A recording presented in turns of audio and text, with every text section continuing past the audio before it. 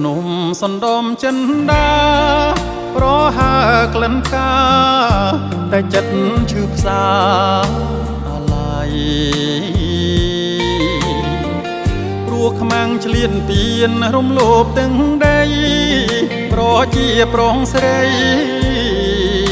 ទុកភ័យអិនស្រានសង្រីសតទីចនសង្ឃម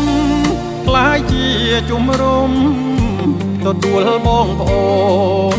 គ្រប់ប្រានស្វាយលើបិទផ្កាថែញាតសន្តានជួបជុំសងសានជុំរកប្រជាបារមីព្រះព្រំបងគុំថ្វាន់ថ្វាយសូមខ្មែរសុខសប្បាយចាងផុតវេទនីអោពើងគំនូអោនក្រាបវ័នទីជួយខំចាត់មីវិងនាងខ្សិនខ្សាយជំរុំធីងសាំងរួមចិនសាមគ្គីប្រជាមូលមីតស៊ូនឹងខ្មាំងចង្រៃ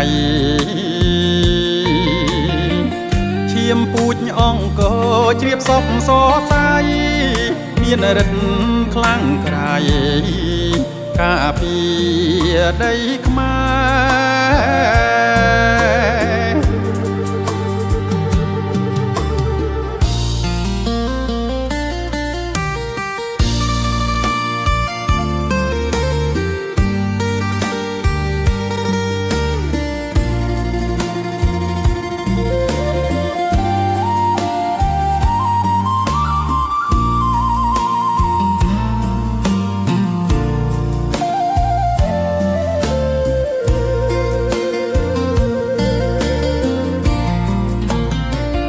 បារមីព្រះព្រំបងគុំថ្វាន់ថ្វាយសូមខ្មែរសុខសប្បាយចាងផុតវេទនីអោពើងគំនូអោនក្រាបវ័នទីជួយគំចាត់មីវិងនាងខ្សិនខ្សាយជំរុំធីងសាំងរួមចិនសាមគ្គីប្រជាមូលមីតស៊ូនឹងខ្មាំងចង្រៃឈាមពូជអង្គជ្រាបសពសរសៃមានរិទ្ធខ្លាំងក្រៃការពា